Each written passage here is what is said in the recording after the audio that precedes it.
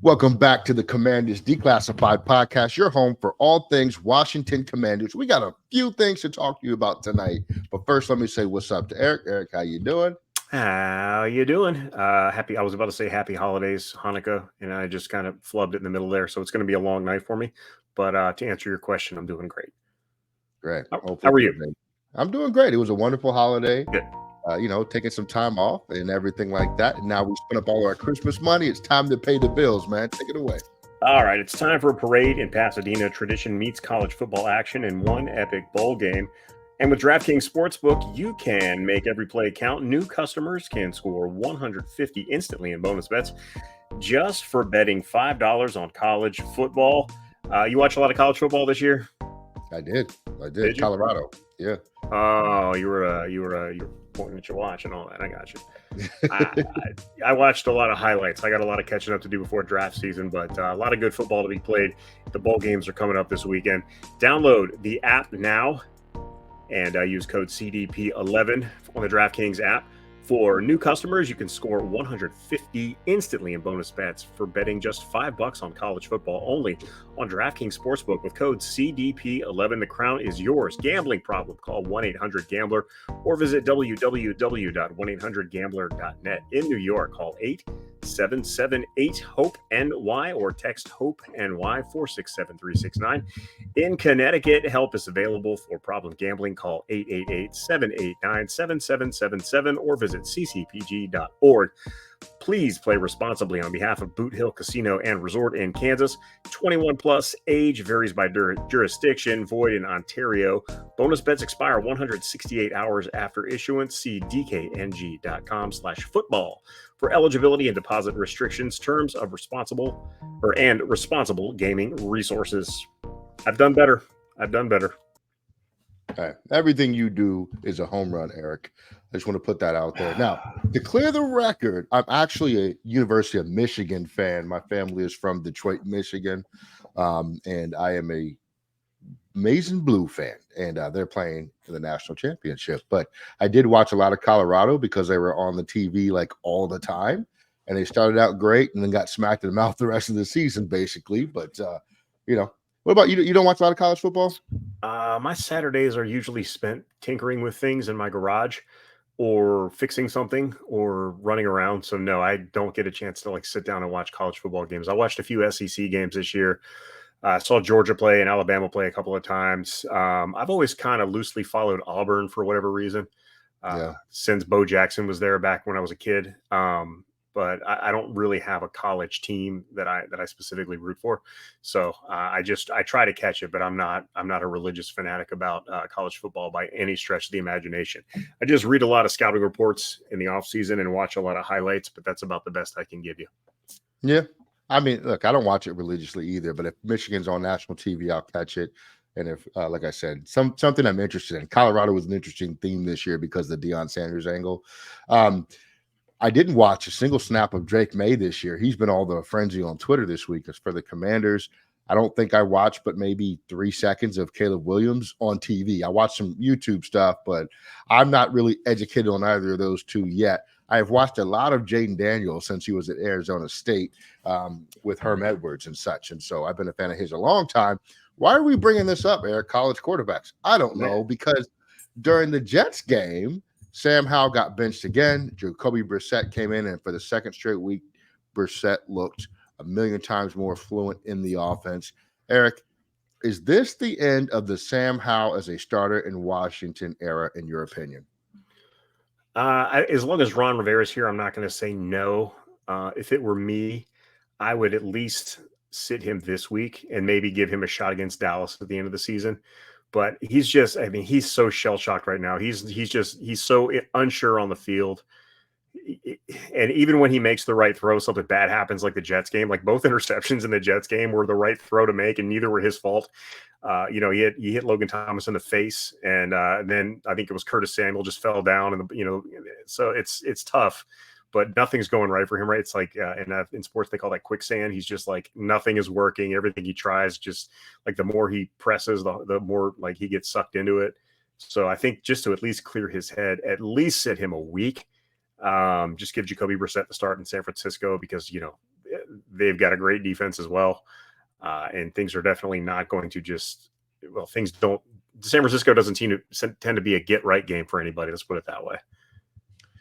Yeah, and how at this point, I was teaching my daughter how to ride a bike earlier today, and when she fell off one time, I couldn't get her back on the bike to do it without thinking about it and just messing up little basic things. I think that's where Howell is at this point. The trouble that I have with that is I can't recall a quarterback that has recovered from the place that Howell is in when you get to that place mentally. Can you think of a quarterback that kind of got into that quote unquote quicksand Yeah. and was able Kirk to Cousins. work his way through it? I mean, Kirk, go back to, dude, Kirk Cousins got benched like that 2014 season when like all three quarterbacks were terrible and they all got benched multiple times. I would definitely put Kirk in that category just as like a short-term thing to remember. Okay. And yeah, so some guys struggle, early on. That's the only one I can think of just off the top of my head, but that's definitely, there's at least one example out there. Rich Gannon, I think from back in the day is probably another one, but he was just like a late bloomer as a quarterback, so it may be a little bit different. But yeah, it's possible to come back from it, but it's tough and it's not something. Oh, Baker Mayfield's another one, who's definitely been in those kind of funks before. So there's a few out there that it's possible. Sam has seemed to be a pretty resilient quarterback, but I mean, after all the hits he's taken and just the last couple of weeks, he's not, just to get him right. If you have any hope for him, I don't think you start him this week. I wouldn't. Yeah, I'm glad you brought up Baker Mayfield. I was looking at some statistics with Baker Mayfield. I think he's different. I'll tell you why. Baker Mayfield's rookie year, he was like 27 touchdowns to 8 interceptions. His second year, I think he was something similar. And then in his third year, they brought in Odell Beckham Jr. to Cleveland. It's 2019, I believe. And that completely tanked what's his name? Mayfield for some reason. And then after that, he kind of had two middling seasons. Then he had a decent season. Then Deshaun Watson happened, right? Or I think that Deshaun Watson was next. Either way, what Mayfield is doing in Tampa Bay this year is exactly what he did his first and second year, which is why I think Howell's a little bit different. This is Howell's first year, a full year of starting. He's almost at a complete season worth of games. And I think he's sort of, I don't know. It's a hard and complex thing to talk about or to describe because the organization failed Howell. But at the same time, Howell's also just playing like a fifth-round pick quarterback. This is standard play that you could expect from a fifth-round quarterback. Now, Howell has the capability to play above that, we've seen, but I don't think I'm overly surprised about how he's played or what he's gotten himself into. But as a long-term starter here with a new regime coming next season, I think it's, in my opinion, just about over for Howell as a starter in Washington with the new regime, at least without significant competition from a highly drafted rookie quarterback next year. It'll be, I'm in the camp of, trust the new staff to do what they think is right. But it's hard to see them not picking, at least taking somebody, because there's, where the Commanders look like they're going to be picking this year. It looks good. It looks like they're going to be in a spot to grab a high level quarterback. So yeah, I mean, you're currently sitting third in the draft right now. It just depends on who picks ahead of you and who trades up or whatever. But I mean, you're looking at, a Drake May or a Caleb Williams potentially falling to you at 3. And the season's not over, right? The Cardinals could win another game somehow. Who knows? Yep. And you could end up picking 2. And then you're guaranteed to get somebody. So yeah, it's going to be an interesting offseason. I've been in a Team Sam most of the year, but I think he's really broken at this point. And I would, if I'm the new GM, I would definitely be looking at a quarterback with the first pick in the draft. I don't know who's going to be blocking for him because I really want a left tackle, but we'll worry about that when the time comes, or we'll let the new staff worry about that. Yeah, and I want to get into San Francisco in a minute, but I have a question for you on that. So our offensive line, I saw some stats that were put out this week that put our offensive line as about 16th overall in the NFL. Is that something that jives well with you when you hear about that ranking? Like we have sort of a middle of the pack offensive line. Is that what you see when you're watching the games? It's so hard to grade the offensive line, and there's so much that goes into it that you're not privy to as a fan watching. But I mean, the idea that, I don't know. I still am not sure whose job it is. It's usually on the center, I would assume, to slide protections in the right way. There have been so many blown protections that like there's just a free runner coming at the quarterback that when and this is like they're rushing 4, you're blocking 5. There's like a guy running free at the quarterback. That's happened way too much this year. But maybe it happens to a lot of teams, and that's why the Commanders are 16th. I have no idea. Just watching it, I know, and a lot of the sacks are on Sam Howell, but a lot of them aren't. So yeah, it's tough. I don't know. 16th, sure, whatever. I don't know. We're definitely not a top 5 offensive line, that's for sure. Hopefully Ellie will be back here in a minute. He's got that Orange County internet, not the OC. He got the Orange County, Virginia internet. So we gotta deal with him a little bit. There he is. He's back. All right. So yeah, 16th is fine. It's definitely not a top-notch offensive line, which is what you need when you have a young quarterback who's struggling. Yeah. No, I agree with that. Bieniemy. Let's talk about him a little bit in terms of his process of developing Sam Howell. We talked about it last week. Throw him to the wolves, see if he sinks or swims, and that's sort of his mentality. Do you feel like Bieniemy's first priority was trying to prove his offense worked or developing Sam Howell as a mission this year? Because I kind of like when you think, and maybe this was his way of like tough love development, but it kind of felt like, I don't really know, because when I think about it, I'm like, hey, you could have been more balanced and helped both cases out at the same time. What do you think? Yeah, it kind of reminds me of. It makes me think maybe he wasn't sold on Howell. Yeah. The thing I go back to is like when Jay Gruden got here in 2014, and he forced Robert Griffin to just run stuff that he wasn't good at running. Yeah. And then he said he can't do it. He can't be a quarterback. Whereas like he wasn't tailoring it. Now I don't think it's as blatant as that with Bieniemy. I think he has focused with on things that Sam Howell is comfortable with. That's why he's in the gun so much. I struggle with it because when Jacoby Brissett came in the game, I don't know if you noticed, like obviously the production increased, but the offense changed. Like when's the last time you saw anybody in the I formation behind Sam Howell? And like 3 plays in, you've got a fullback or you've got 2 running backs in an I formation behind Jacoby Brissett under center. You've got all of a sudden your guys, Terry McLaurin's running quick slants. Like you're not seeing that. You saw some mesh, but like even I think it was Adam Archuleta that was calling the game, even pointed it out that like everything he was running was deep. And the routes were taking so long, and the pass rush was just getting there because the other protection couldn't hold up.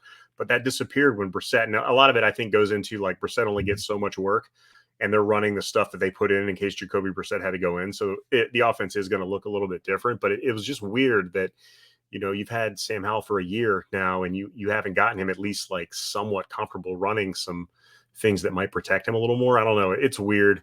So as far as Bieniemy, I think Bieniemy's sole focus this year was getting a head coaching job next year, with all the added responsibility that Ron allegedly put on him, and developing a quarterback would certainly be a part of that.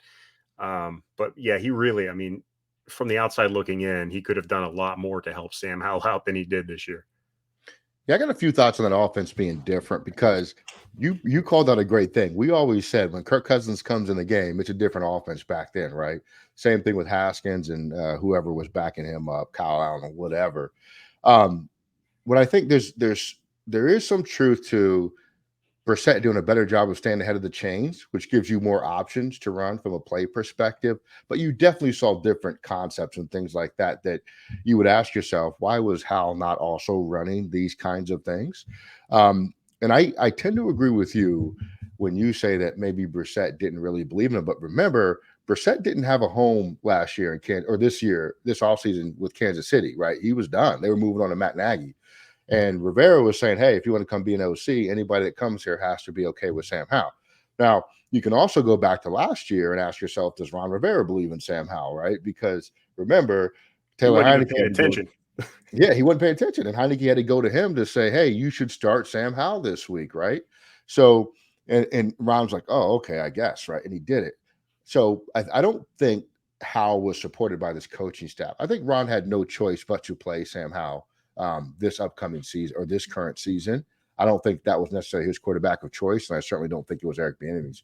I remember probably about 6 weeks ago, Eric Bieniemy did that little presser. He's like, "Oh yeah, well, there's some things that he's doing okay, and there's a lot of things he's not improving at." And I remember I sent that to you guys.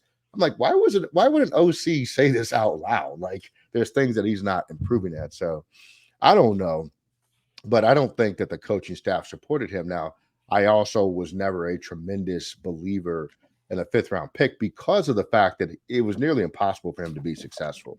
He had to be so overwhelmingly good this year that he would be able to survive Ron Rivera, right? And him being a lame duck coach. That's almost impossible to do without draft pedigree. Jacoby Brissett, is he an option to start next year for you? Yes or no? I hope not. Like, he shouldn't be. I don't have anything against Jacoby Brissett. I think he's a great backup quarterback. But if he's your starter, I mean, you're going to be a mediocre team. I just don't think he's a guy who's going to elevate. And of course, he's looked different the last couple of weeks coming in off the bench, cold, and do. That's what a backup quarterback should do. But you get 3 or 4 starts in a row from him, defenses, start preparing for him. You've seen what happens because he's got 9 years in the league now. Yep. He's not going to have like this late. Well, I don't see him having a late career resurgence where he becomes an all-pro quarterback. But again, I think he's a high-level backup. I would be more than happy to have him on the roster next year. But I think if you go into next season with him as your starter, whoever the new regime in has already failed, because there will be, where you're drafting and with the cap space that you have, there will be other options. I don't know, free agent quarterback market. I mean, if you're bringing back Kirk Cousins, that's probably the only, quote unquote improvement, but Kirk Cousins is like 36 coming off of a torn ACL. So I don't know if that's going to be the case or not. Like I think I told you earlier today, like Geno Smith, like if you're going to try to bring in Geno Smith, you might as well just bring back Jacoby Brissett because it's not going to be much different. I don't see him as a if he's the starter, we've got big problems with the new regime. If Jacoby's the starter coming in next year, something catastrophic has already happened. But again, I'd welcome him back because he's an excellent backup. Yeah, the worst thing, and I like Jacoby Brissett a lot, and I like him because Bill Belichick was really high on him when he drafted him in the 3rd round there. But starting Brissett next year, bringing Brissett back next year is the same issue that Rivera had with his tenure. He started out not bringing a quarterback in, right? And just kept saying, "Oh, we'll get him next year. We'll get him next year." If you're a new regime, you got to get your quarterback, and then you develop and build around him. So there'll be other options there. Running backs. Let's talk running backs real quick because I think Chris Rodriguez is starting to look better and better every single game. He's not the explosive running back. I still think we lack explosion, but personally, I like what I see out of Rodriguez better than what I see out of Brian. Why can I not remember his name? Robinson. Robinson Jr. Very difficult to remember. It's an uncommon last name. It's very uncommon. Yes. Yeah. What I don't like about Brian Robinson Jr. is the fact that he misses so many holes at the line of scrimmage. Now, once he gets going, he's a load to bring down. He's a force in space just because of his size and power. He's not elusive, but I think he can be very effective in space. My issue is with him out of the backfield, right? Just going straight up the A or B gap. I think he struggles with that sometimes. He's a little bit better getting around the edge when he can get the edge. What I see from Chris Rodriguez is he's just straight ahead, no fuss, no mess, right? But he's just barreling through the line. He's going to get you a good chunk of yards almost every single time. So I am comfortable saying, hey, let's make Chris Rodriguez RB1 going into the offseason and then see what we have in Robinson as sort of like a little bit of a change of pace back, even though he's not faster or that much faster than Rodriguez, and then still get a quick A-chain type of guy. What do you think? I don't know. It's an interesting conversation to have. Chris Rodriguez is kind of what we thought he was. He's a bowling ball where he's just going to run through the line and smack people in the face. And there's going to be some times when that's effective and times when it's not. I think I like Robinson a little more than you do. I think he has the ability to get skinny sometimes in the hole. He does have a little bit of a burst once you get through. I see what you're saying about missing. He does miss reads. I think all running backs do, but I think, I've seen it from him.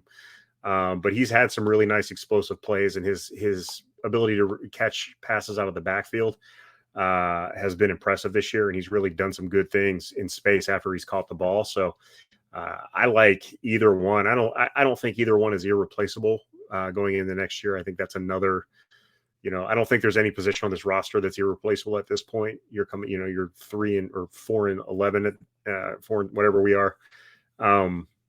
So, I'm cool with bringing both of those guys back. They're both under contract. RB1 can sort itself out in the off season, depending on who they bring in. But yeah, Rodriguez was one of the highlights last week for sure. Yeah, and I'm with you 100%. Nobody is irreplaceable, especially not these running backs. You could upgrade very easily from either of those guys. I just like what I've seen a little bit from Rodriguez recently.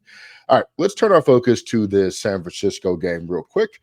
Eric, San Francisco just got pie in the face on Monday Night Football on Christmas Day from the Baltimore Ravens, which, by the way, holy crap, the Ravens look like a dangerous team and have to be the Super Bowl favorites at this point. Up until Monday night, I would have said that the 49ers were the Super Bowl favorites. But what did you start to see?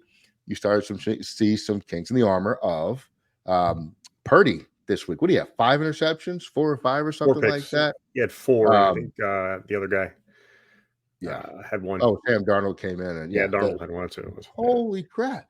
What do you make of the 49ers offense at this point? I mean, they still have some really good skill position players with Debo and McCaffrey, and Ayuk is a sleeper. He is a beast. And Kittle as well. And then they have Brock Purdy. What do you make of that offense over there? It's still a great offense. I mean, you had a bad week. Everybody has a bad week once in a while. I think that's what it was. Had a lot of big games the last couple of weeks for the 49ers. They just fell asleep this week. They're still coming out of they're still my pick to come out of the NFC as a Super Bowl team. We'll see if they play the Ravens again. The Ravens definitely had them figured out. Brock Purdy had a bad game. Again, everybody has bad games, but I think you saw he wasn't clean the whole game, and people love to talk about how he's the best quarterback to come out of the draft. But again, you got to look at the situation he's in because. I think the question you ask is like, what would he look like in Washington? I think we saw we saw last night what he would look like in Washington because he was getting pressured. They were killing him. He was getting pressured. He ended up getting injured, threw a bunch of interceptions. I mean, he basically looked like Sam Howell last night. Early season Sam Howell, like not current Sam Howell. It's like shell shocked, but it's a lot harder when people are actually hitting you and your offensive line isn't on and your skill player when things are out of sync. So I don't have any problem picking the 49ers because they're going to have home field advantage most likely. I don't see them losing to the Commanders or Cardinals. I think is their last 2 opponents. I think they're fine. I don't think they're losing again. It's probably a good wake up call for them if there was any hope for Commanders upset this weekend. I think that's gone.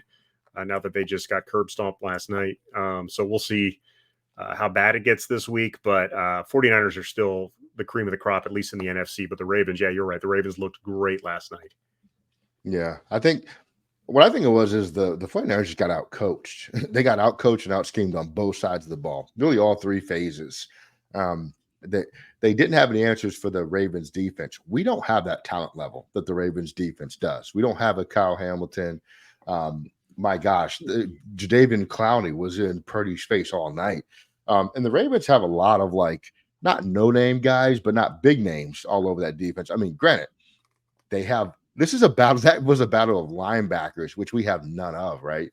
You had Roquan Smith, Patrick Queen, Roquan Smith versus Fred Warner, and the linebackers there for the 49ers. And it was just a masterclass, man. I love it. I hope we can become that. That's what the Ravens are now is truly where I want us to be from a team standpoint, where you constantly have a rotation of really good players that come in and, on both sides of the ball. And the 49ers too. I mean, I would love to be them, but what happened was the 49ers couldn't keep pace with the Ravens offense. And the 49ers have had the benefit of their defense shutting down essentially everybody, right? But the Ravens figured a way through it because you have Lamar, who is almost 3-dimensional. I don't even know how to explain it, but as a runner, he is such a threat. And now he's such a threat from the pocket and throwing on the run. Those are the 3 dimensions I'm talking about that he's impossible to defend. And he's so in sync with his receivers, Zay Flowers, Odell Beckham, even the guy, Nelson Aguilar freaking had a touchdown last night, right? So these guys are starting to break open. When he breaks the pocket, they start running around and get open, and Lamar's finding them. We don't have that kind of synergy on our offense to threaten the 49ers defense that way. And So I think our offense is going to have a very long day. And I fully expect that on Wednesday, Ron Rivera is going to come to the podium and announce that Jacoby Brissett's going to start against the Niners. Eric, do you disagree with that? I would hope that's the case. I don't think. Again, I kind of already said what I think about Sam Howell starting. I just don't think it's a good idea this week. We'll see what Brissett does against the 49ers defense. Again, the offense will probably look different than it does under Sam Howell. There'll be a lot more under center stuff. If Eric Bieniemy runs the ball a lot this week, then he hates Sam Howell. But I still think he's going to throw it 50 times, or he's going to drop him back 50 times. Jacoby Brissett is not going to get confused with Lamar Jackson very often, so we'll have to see how that goes. Again, Lamar Jackson looked all world last night. He's been amazing this season. He should very well be in that MVP conversation as well. But yeah, I don't know what chance our offense has against that defense, especially now that they got smacked last night. They're definitely going to be on high alert this week. They're not going to drop 2 in a row. There's no upset coming this week. Yeah, and I think defensively, I don't even know how we threaten the 49ers defensively. Our corners aren't going to stay with, we've seen it proven. I mean, look, BSJ, penalty after penalty after penalty. They're starting to pile up now, right? Mm-hmm. And his coverage skills are lacking. And his speed to stay with receivers is lacking. So Ayuk is going to have a field day. Who's covering Greg Kittle? I don't know. Do we have a player? Well, we'll see how that goes. Cam Curl, Cody Barton, those are the guys who are going to be covering Kittle. Or at least it's going to be a long day on defense. St. Juste, when he was quote unquote playing well early in the season, it's just because he wasn't getting called for all the grabbing that he's been getting called for the last couple of weeks. He's been doing it all along. He's just not getting away with it anymore. I'd like to see Emmanuel Forbes come out and play. The defense played a lot better when Forbes came in toward the end of the week. Like he stepped up, he played well, almost had a pick. So more of that. I don't see any benefit in not playing him at this point. But I'm not Ron Rivera, and he may not care anymore. Who knows? But I definitely want to see Forbes out there. But I mean, there's really with no linebackers and Kendall Fuller being the only like legit corner on the roster right now. No offense to Forbes, but he's still a rookie and he's had a rough year. It's going to be a long day for the defense because Allen and Payne are pretty much the only thing his defense has going for it at this point, and they're just not enough, especially against that strong offensive line. Yeah, and I agree, man. I see no point in not putting Forbes out there. And what I would do is I would put Forbes on their weakest receiver on the outside every time, and just let him run and learn and build his skill set and his confidence like that. I would not put him on their number one. I would just have them, have Fuller travel or something like that.